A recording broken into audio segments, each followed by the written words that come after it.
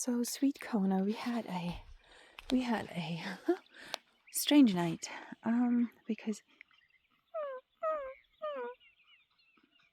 Because Kona is very spooked. Hi, baby. Let's go. Let's go on a walk. Kona is very spooked, and yesterday was a really difficult day for her because she got to know me. She got to meet me at the shelter, and then she was returned to her crate while we were completing the paperwork, and then we got her out of her crate again, and then she was put in the minivan. Luckily, she actually got into the van on her own. So she wasn't forced into it or anything. But then there was a 2-hour drive to get back home to our place. And in totally strange surroundings. Everything's strange. People, even though she has been in the van with us for 2 hours, but we're still strangers, of course. The surface areas, we have carpet and we have something like pergo floors, an oxygen concentrator that buzzes, a long oxygen hose, a green one. That is the most difficult one in the house so far. So that scares her. And she's not used to being touched. Touch is not something that releases endogenous opioids in her just yet. So that is going to be a slow go. And because the brain has to build those pathways that actually allow it to release endogenous opioids and oxytocin upon human touch. So the night was also challenging. We went to bed around 9, 9:15, I think it was. And Kona settled in the living room. She did not follow us or anything. But then it was about a little after midnight. I woke up and I heard that Kona was panting nervously, and so I figured she might have to get outside. And oh, what was that? Whoa! Slow down, baby. So she yeah, that was funny. So I took her outside. I found a tiny little puddle of pee in the hallway. Thank goodness it is still soiled old carpet, and she can't really damage anything on that. It's going to be torn out, hopefully next year, and replaced.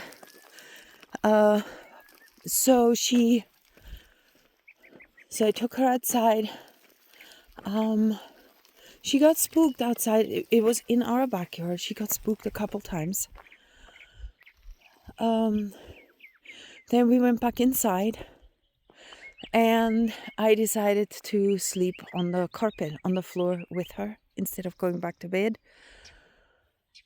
And she settled down, laid down about 3 feet away from my head,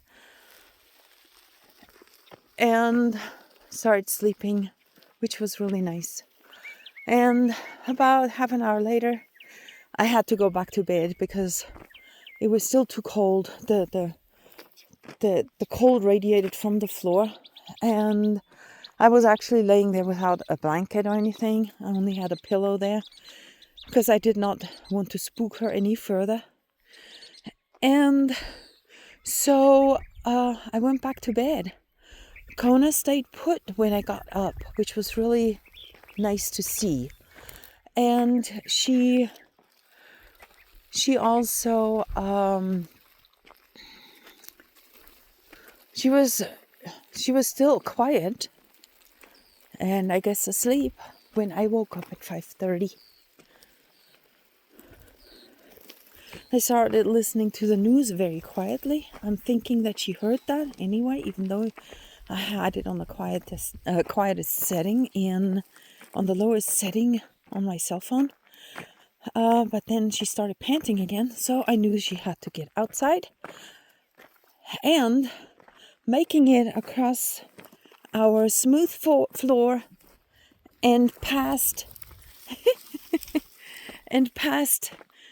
the oxygen hose was a little bit easier this morning. So, and now outside here, she's waiting for me more.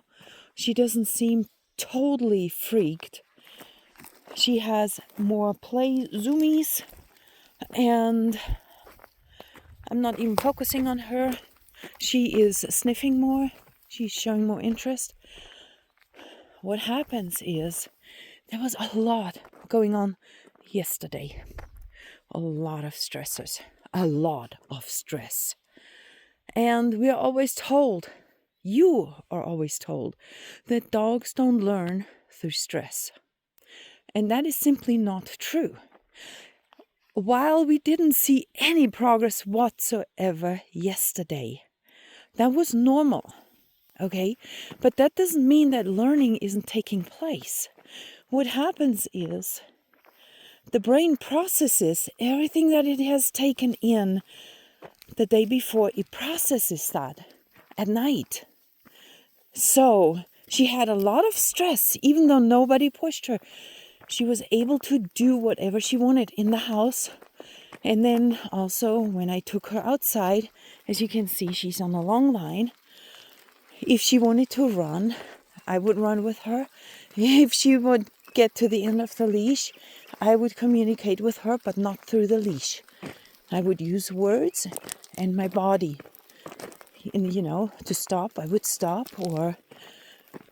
But it was good walks. They were good walks, which is why in the evening one time she got the zoomies, which was really awesome too. So through stress, there is so much learning going on when there is stress. It is not obedience learning. And guess what? Obedience is not what your dog needs.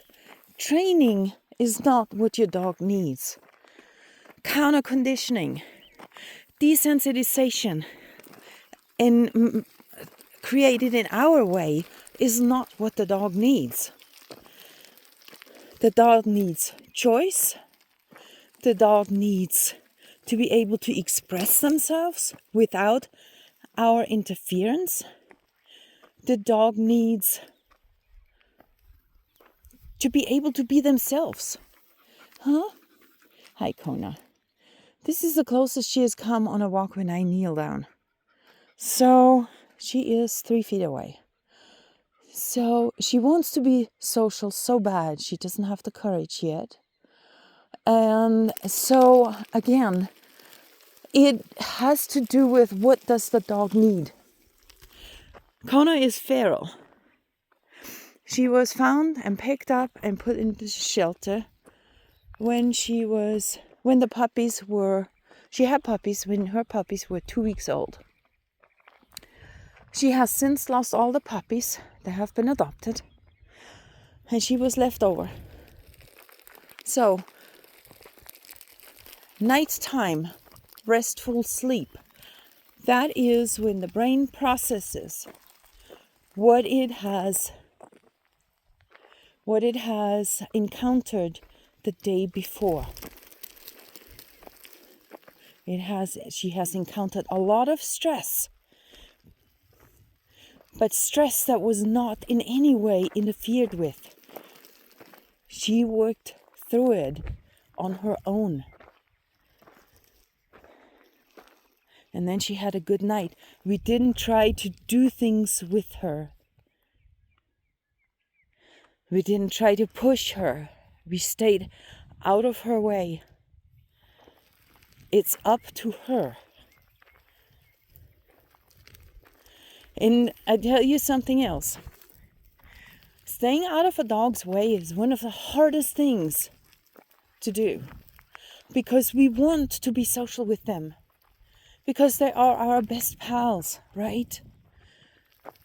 And we want to be social with them, but we need to stay out of their way. And then you do that a few times, and you don't put him. She's believe it or not, she's crate trained. They crate trained her at the shelter, and she felt comfortable in her crate. She's not going to have a crate in our house. I guess I could put one in there and keep the door open. That's up to her. But there are plenty hiding places for her in the house. So far she has chosen to stay, to rest in a specific spot in the living room, not in one of the hiding places. So if you think that you need to artificially create a comfortable spot for your dog, you don't have to do that. I'm pretty sure that there are plenty hiding places in your house. Let your dog pick where they feel most comfortable. Don't create a space artificially. They don't need it. They need to explore their new life on their own, on their very, very own terms. How are you, roly-poly? It's the first time she's rolling since I picked her up from the shelter. Since we picked her up from the shelter. My husband was with me. So, I wanted to just let you all know how bad it was yesterday. She had a really, really rough day. Today's going to be better. The bad thing is, we have to go on another 4-hour drive. We don't have a choice, because our golden Lucy is ready to be picked up at the emergency clinic where she was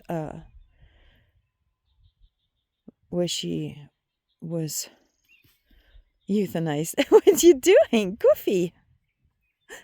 Goodness, goodness, goodness!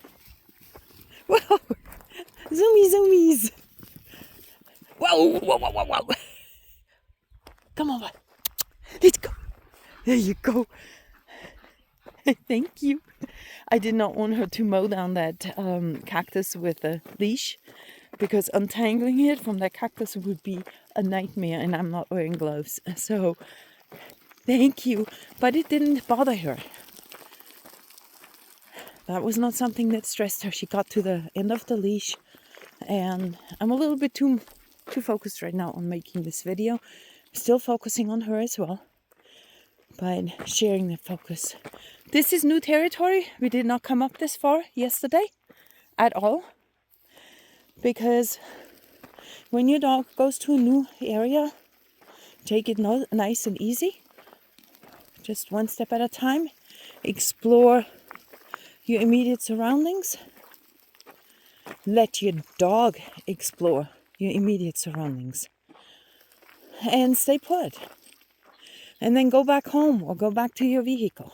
Don't go far. And then a little bit later, because a little break helps the brain process what it has learned. So you give it a little break, and then you try again. And you venture out again a little further until they feel more and more comfortable. Kona, you want to go back? No tension on the leash? Thank you.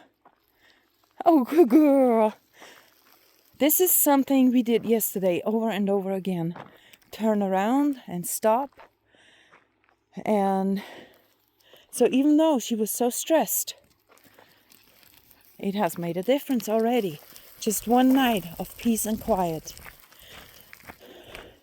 One day of stressing without interference, and one night of peace and quiet. And if we talk about trauma, this little girl, she She is bad. She was bad yesterday. And I've heard that she was really bad at the shelter. And they didn't have many hopes for her to get adopted. Because she was so bad. Because she does not want to be touched. She does not want to be close to people. And I fell in love with her looks. I fell in love with her personality. Because she has a quirky personality. Hi, Kona. Slow down. Thank you. Did you see no tension on the leash? That kind of learning, it happens through stress too. It has nothing to do with stress or no stress. The brain is always learning. As I said, it might just not be the kind of learning you want. But in the end, it probably is. Only that you can achieve it without proper traditional training. It doesn't take treats. It doesn't take corrections. It takes you being there while they are working through their stresses. And then a good night's sleep. Slow down, Kona. Thank you. And then a good night's sleep helps the brain process it. So I know I've talked a lot right now. And now I'm going to put the camera away and I focus on my little girl again. She will be just fine. She's pretty awesome. Today's day 2. It's only day 2. It's not even been 24 hours yet. You know how they talk about the 3-3-3 rule? And the 3-3-3 rule is really good. 3 days, 3 weeks, 3 months. It's really good. If you focus on training and if you focus on your expectations, it helps you not have so many expectations during those 3 days, 3 weeks, 3 months. And it helps you understand that dogs need time. But there is no real 3-3-3 rule. That the dog doesn't go by threes. Allow the dog to call the shots. They will let you know. The only time that is really important that you do what needs to be done, even if the dog doesn't really want to. You just have to find a way to help the dog want to do what needs to be done, which is going outside to go potty. She found something to chew on. I have no idea what it is. Oh my goodness! Oh my goodness! You got it? Oh, good. Let's go. Do you want to go home? No. I don't even know what that means, what you're saying. So she's a doll, and I'll keep you all up to date. Y'all have a good day. If you like this video, if you want to follow Kona, because this is going to be a long series of videos.